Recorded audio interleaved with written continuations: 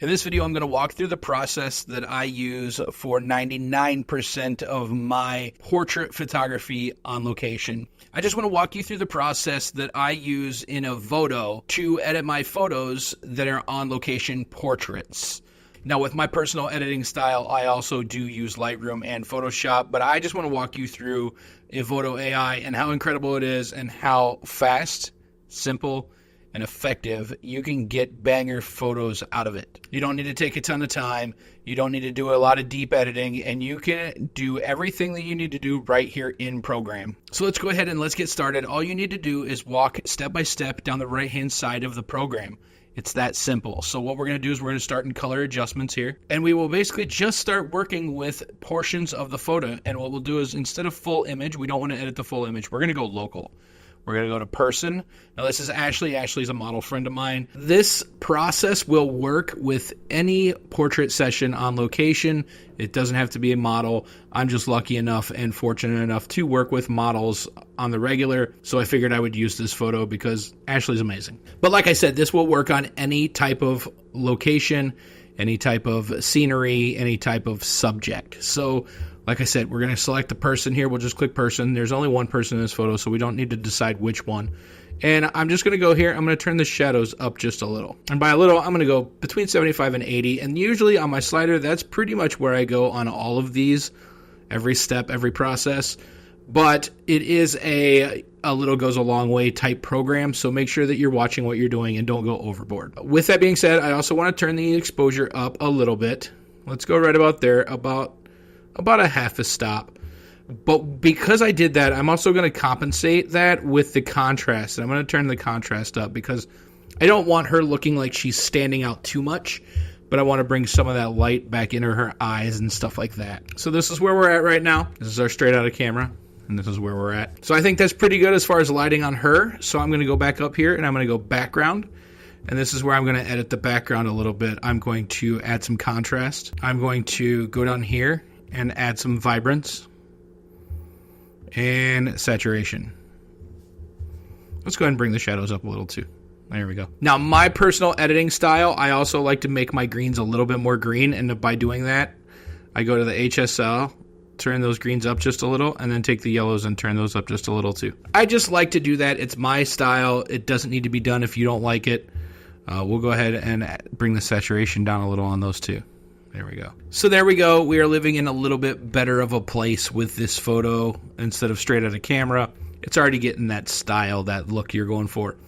I think we're good on the color adjustment section. You can go ahead and try some of the other sliders if you want, but I think I'm good where I'm at. So let's go ahead to the next section, which is going to be your portrait retouching. And this is where the majority of the work happens, where the magic happens, where you get things looking crispy and you make those bangers. So like I said, we're just going to start at the top and walk our way down until the end. First thing we're going to hit is this blemish removal section, and we're going to go ahead and go freckles and acne all the way up to, like I said, about 80%. See how that does? And you can see that's just kind of smoothing the face a little bit. She doesn't have anything really major. A little spot right about here, a couple little spots on the smile line there. But overall, you can see that it's just doing amazing. All right, next step down, body blemish. We're going to go ahead and turn the body blemish up.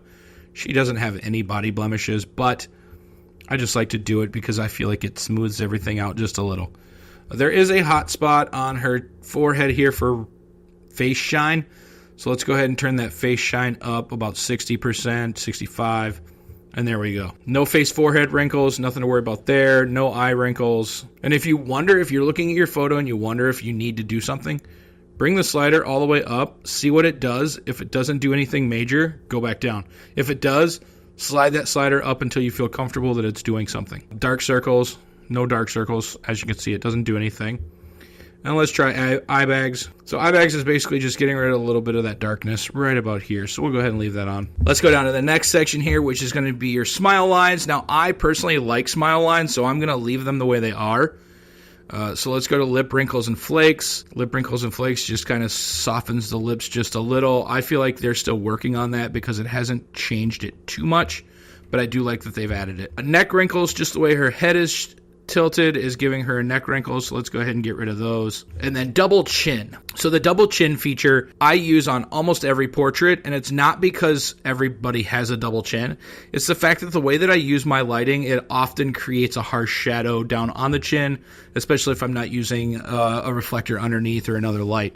So I'm going to go ahead and turn that double chin up to about 75%, and as you can see, what it's doing is just defining the chin line a little bit better. Now, a new feature that Evoto has recently released is this armpit touch-up, and I am so happy that they finally did something like this, because this is one of those spots that is so hard for photographers to retouch, and it takes a lot of tedious work. And now we can go in here and just bring that up and just bam, your armpit looks nice just like that. So that's everything in the blemish removal section. So let's go ahead and move on to the skin retouching section. The first one we're going to work with here is going to be your smooth face skin, your dodge and burn. And basically what that's going to do is it's going to make your darks darker and your lights lighter, and it's going to blend everything together. So you can see there, if I turn this off and then I turn it back on, if you watch the forehead area, it smooths everything out. We're going to skip face skin smoothing because I feel like that makes them too plasticky. As you can see, it turns them real plastic. So I don't use that, but I do use body skin smoothing, and I turn that pretty much all the way up most of the time. Moving down to the next section, skin texture. I don't add any skin texture. I don't do anything with the glossiness, the clarity, any of that. But I do come down here to the next section, which is skin color. AI Unify Face Complexion. I'm going to turn that up, and basically what it's going to do is it's going to read all of the complexions on her face and blend them all together until they look nice and smooth. We're going to do the same thing with the AI Body Complexion, and now if you watch this, you'll be able to see it a lot more on the AI Body Unify than you do the face. So as you can see, it brought the skin color up in the legs, the belly, stuff like that. So this is what we're working with so far, straight out of camera and into the edit. Unify Body Complexion is kind of obsolete now that they did the AI Unify, but it's still in here. If you want to add a little bit of a tan, you can go in here and add a little bit of a tan. And what I usually do is I'll add a tan, but then drop it down to like 10%. So then you're still getting their skin tone, but you're adding a little bit of color to it. Temperature looks fine on her skin. Let's go radiance up, and what that's going to do is that's actually going to just add a light. Next one we're going to use is rosy complexion. I use it on almost every portrait. I don't go all the way up to a sunburn, but I go about 25% and add a little bit of redness to the skin. I just think personally it looks better mixing it with the way that I do my blues and my greens. So that's everything for the skin retouching section. Let's close that up. Let's go to facial reshaping. We'll zoom back in here and we'll start on the facial reshaping. So you can actually go now and you can turn where the head is looking. I don't want to do that. I like the way her tilt is. I think everything looks good in that portion. So what I'm going to do is I'm going to skip all of that. I'm going to come down to the next reshaping section, which is going to be your face, your eyebrows, your nose, your mouth. And I usually only edit the face. So what I will do is I will go in here, bring the face in just a little, and you can see what it's really doing depending on which way you want to go. And I don't want to go all the way. Let's go about 50%-ish. And then we will also come down here and bring the jawline in just a little. There we go. That's all I want to do. I don't want to touch up any of the other things on this photo. You can try if you want to try some of the other areas, but I typically don't. I think they look good. It's usually just the jawline and the overall face. I will also come down here and go face width, and I will bring that in just a little bit too. And there we go. You can see the difference. Not much. All of these other sections are different parts of the face. If you want to change the length or anything of a person's face, you can go in here and do that. I usually don't mess with too many of these.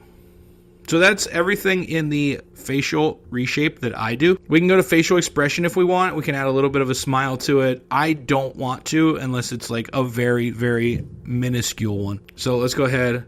Teeth touch up. No teeth are showing in this photo, so I'm not worried about that. Let's go to eyes. Now, eye brightness, I do a lot, but you got to watch the way you do it. So what I do is I bring it up to 50%, but then I take the sclera and turn it back down, which is the sclera is your white part of your eyes. So I don't want that super white and plastic fake looking. Next, what I do is a little bit of eye reflection as well as iris flare. Now we're getting somewhere. Let's go ahead and remove those red veins a little bit from the eyes.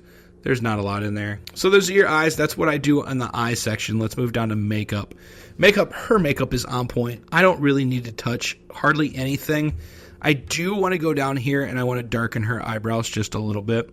Kind of fill those in just a little. Other than that, eye makeup looks good. I don't need to touch any of that. Lip makeup looks good. I don't need to add anything as far as lipstick or contour or eyeliner. It all looks fantastic. Let's see if we do add just a little bit of blush though. A little bit of blush doesn't hurt. Let's just figure out a nice natural one, and then we'll bring it down. We don't need a lot. So this is what I do most of the time when I'm doing any sort of makeup editing, is I will add it, but then I'll bring the amount down because I do want to show that natural look to a person. So here's, once again, straight out of camera, and this is where we're at so far. Makeup section is complete. Let's go ahead and close that up. And we will go to hair. Now, hair is another thing that I use quite a bit. It's really cool that they added this flyaway feature and stuff like that into an AI software. First thing we're going to do is we're going to go fill hair part line. And basically what this is going to do is it's actually going to fill in this section. And as you can see, it's just kind of adding some hair color there. I want a high cranial top as well. And what that's doing is it's just kind of making her hair a little bit more full. And then we'll go ahead and remove those stray hairs.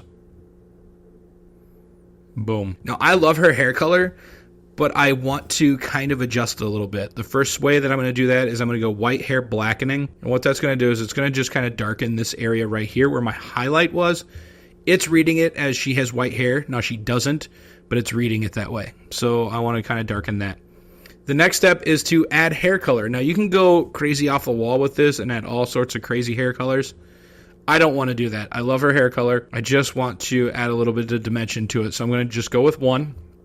But I'm going to bring the amount way down to like 9. Then from there, I'm going to take the darkness and bring that down as well to like 9. So now we've added a little bit of depth to her hair, but not a lot. I'm just basically adding a little bit of vibrance to it. And that is the hair section. So let's go ahead and close the hair section. The last one is the full body reshaping. This girl does not need full body reshaping. I'm not even really worried about this, but I'm going to kind of show you what it does. So the AI reshape, you can actually reshape her entire body if you wanted. The body itself is either thinning or widening the body. Height, you can actually bring somebody and make them taller. Head size, neck width, which I'm not going to do. However, neck length, I am going to touch just a little bit. Just her stance makes her neck look a little long in my eyes, in my opinion. So let's just bring it down to right about there. 50%. I mean, we could go all the way down if we wanted. We could go all the way up if we wanted. I don't even think 50 is needed. Let's go about 35%. Her arms are incredible. We don't need to do anything with her arms. Breasts, we can actually make the breasts bigger. Waist looks fine. We don't need to thin the waist. If we do, let's just do it a little bit. Now, most of the time, I will add hips, but because of her stance, when I add hips, I notice that it is making her very disproportional and it's pushing her body over way this way. So I don't want to do that. Leg width is fine. And then we will go leg length, and we're just going to make her legs just a little bit taller. So that is all the portrait retouching section. Let's go to background adjustments now.